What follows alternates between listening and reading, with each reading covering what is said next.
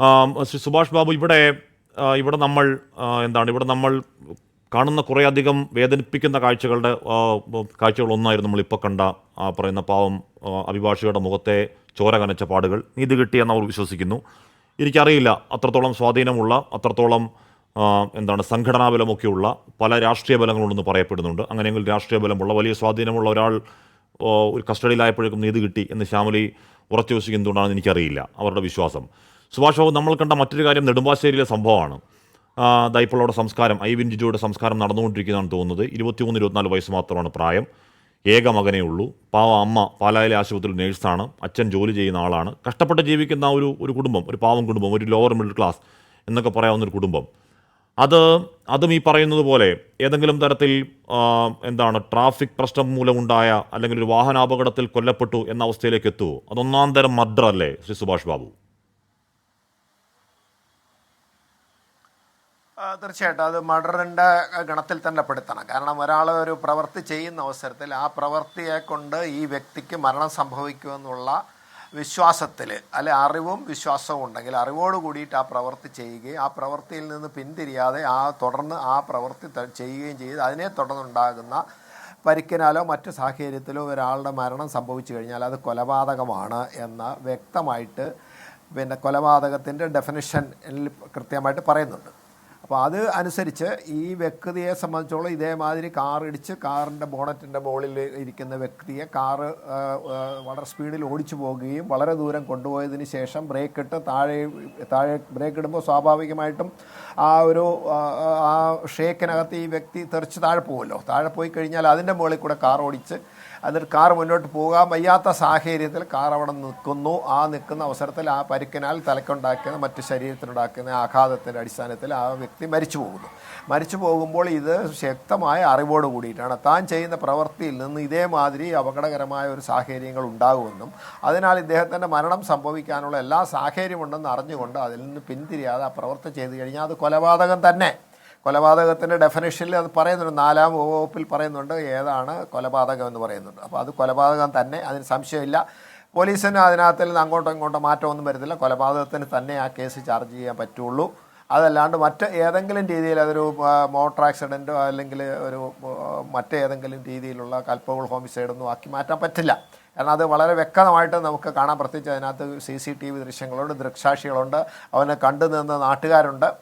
അപ്പോൾ അവരെ സംബന്ധിച്ചിടത്തോളം അവരൊക്കെ വളരെ കൃത്യമായിട്ട് അതിനകത്ത് തെളിവ് കൊടുക്കാനുള്ള സാഹചര്യമുണ്ട്. അത്ര ക്രൂരമായ ഒരു പ്രവൃത്തി ആയതുകൊണ്ട് അതിനെ നമുക്ക് മറ്റൊരു രീതിയിൽ വ്യാഖ്യാനിക്കേണ്ട സംശയം വേണ്ട എന്ന് തന്നെയാണ് എൻ്റെ അഭിപ്രായം. സുഭാഷ് ബാബു, ഇവിടെ പിന്നുള്ള സംശയം, നമ്മൾ ഈ റോഡിൽ നമുക്കൊക്കെ സ്ഥിരമായി ചിലപ്പോൾ സംഭവിക്കാതിരിക്കട്ടെ, പക്ഷേ വണ്ടി ഉരയുന്നതിൻ്റെ പേരിൽ തർക്കം ഉണ്ടാവുക. അപ്പോൾ സംഭവിക്കുന്നത് എന്താണ്? വണ്ടി ഉരയുമ്പോഴേക്കും നമ്മൾ ഒന്നുകിൽ പോലീസിനെ വിളിക്കും, പോലീസ് വരും, പോലീസ് വന്നത് കേസാക്കും, അത് ക്ലെയിമിലോട്ടോ മറ്റോ പോവും. അല്ലെന്നുണ്ടെങ്കിൽ നമ്മൾ നമ്മളുടെ കുറ്റമാണ്, നമ്മൾ പൈസ കൊടുക്കുന്നു, അല്ലെങ്കിൽ പൈസ തരുന്നു, ഒരു തർക്കമൊക്കെ ഉണ്ടാവും. അതിനപ്പുറം നോക്കൂ സുഭാഷ് ബാബു, ഇവിടെ ഈ പറഞ്ഞ ഐവിൻ വണ്ടിയുടെ മുന്നിൽ കയറി നിന്നപ്പോൾ വണ്ടി മുന്നോട്ടെടുത്തു എന്നതിനപ്പുറം തലയ്ക്ക് ഗുരുതര പരിക്കാണ്, സ്വകാര്യ ഭാഗങ്ങളിൽ ഗുരുതര പരിക്കാണ്, ശരീരമാസകലം ഗുരുതര പരിക്കാണ്.